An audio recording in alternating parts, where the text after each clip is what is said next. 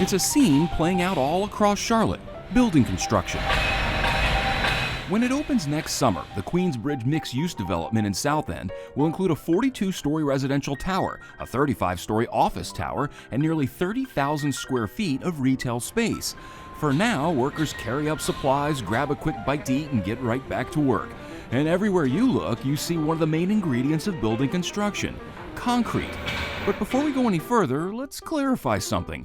What exactly is concrete and what is cement? And what's the difference? If you bake a cake and you use flour to make the cake, cement is flour, concrete is the cake. Concrete is made by mixing Portland cement with rock, water, sand, and some chemical admixtures. Thomas Concrete is a local company whose roots trace back to Sweden, a family-owned business that began in 1955 and expanded to the U.S. in 1985. So it's roughly 50 to 60% of the group's business is here in the United States. We have 8 plants in the Charlotte area. The company isn't the largest concrete producer in the area in terms of size or sales. We're not the market leader here. We're a smaller company here. Like I said, we're not going to be the biggest here. We want to be the best to work for, best to buy from. But they are leading the way in something else: sustainability. One of our company goals is to be environmentally responsible. Thomas Concrete Group has been working with sustainability issues since long before it became a word on people's lips. And it's really because we care. A long-term, sustainable vision has always been part of the Thomas Concrete mission. We focus on the things that makes the biggest difference, both for people and the planet.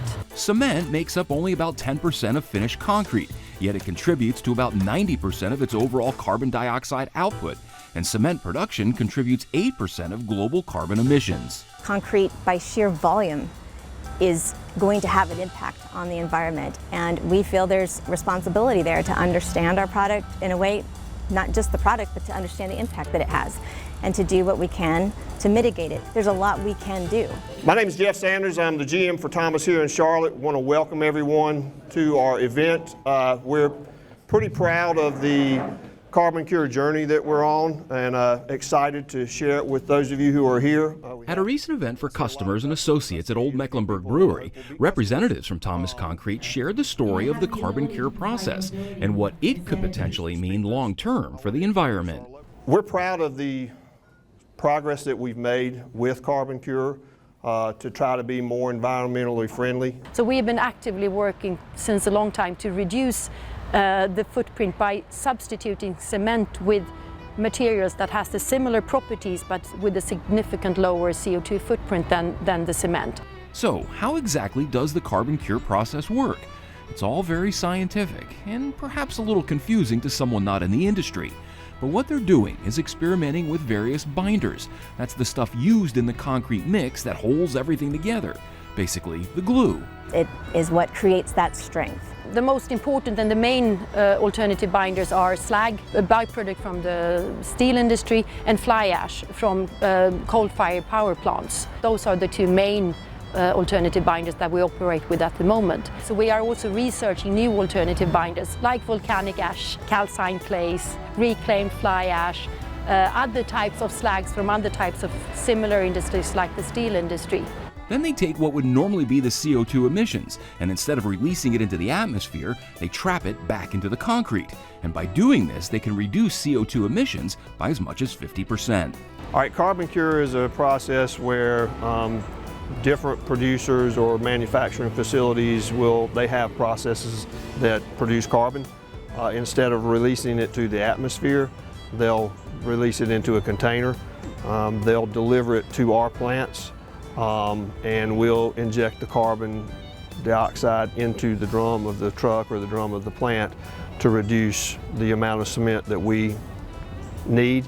It is a process by which waste CO2 is taken that would have otherwise went into the atmosphere, but we take it and inject a precise dose of it into our concrete. And that CO2 naturally wants to bind with the calcium oxide and the calcium-rich material that we have in the truck. And what happens is it becomes calcium carbonate, it mineralizes. And that increases the compressive strength and it permits less cement.